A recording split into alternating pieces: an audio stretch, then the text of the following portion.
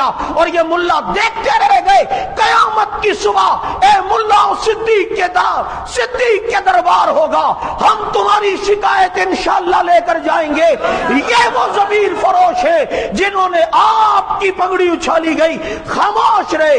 اس کے بعد اس کے ساتھ کھانا کھایا, گلے ملے, الوداعی سلام کیا. لعنت ہو تمہاری زندگیوں پر, لعنت ہو تمہاری پڑھائیوں پر. تمہاری دستار ہوگی, اپنی جگہ ہوگی, لیکن جو دستار صدیق نے پھاڑ پھاڑ کر پیغمبر کو بچانے کے لیے اپنے غار کے سوراخوں میں رکھی تھی, اس نے اپنی دستار کو تار تار کر کے پیغمبر کو بچانے کے لیے غار کے سوراخوں کو بند کیا تھا.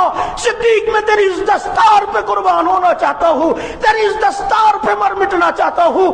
میں ان ضمیر فروش ملاؤں میں سے نہیں ہوں. اے صدیق روح صدیقی گواہ رہنا, ہم مٹ سکتے ہیں, مر سکتے ہیں, تیرے دشمن کو کبھی مسلمان نہیں مان سکتے. تیرے دشمن کو کبھی بھی, تیرے دشمن کو ہم کبھی بھی انسان نہیں مان سکتے.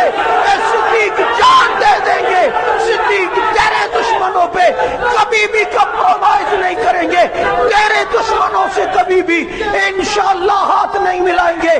ہم جانے دے دیں گے, تیری عزت کا پھریرا لہرا کے چھوڑیں گے. آج اس صدیق پر یوں تبرہ ہائے نبی کے پہلو میں سونے والا, جس نے اپنے تن کے کپڑوں کی پرواہ نہیں کی اور اپنے تن کے کپڑوں کو پھاڑ پھاڑ کر پیغمبر کو بچانے کے لیے ایک ایک سوراخ کو بند کیا. اور جب دیکھتا ہے صدیق کہ اب سطر کو ڈھانکنے کے سوا کوئی کپڑا نہیں اور سوراخ پھر بھی ایک باقی ہے, تو صدیق اپنی ایڑی رکھ کر محمد الرسول اللہ کا دفاع کرتا ہے. وہ اپنی جان دیتا ہے, اپنی جان کی بھی پرواہ نہیں کرتا, اپنی جان کی بھی اس کو پرواہ نہیں. اگر صدیق کو فکر ہے تو محمد الرسول اللہ کی فکر ہے.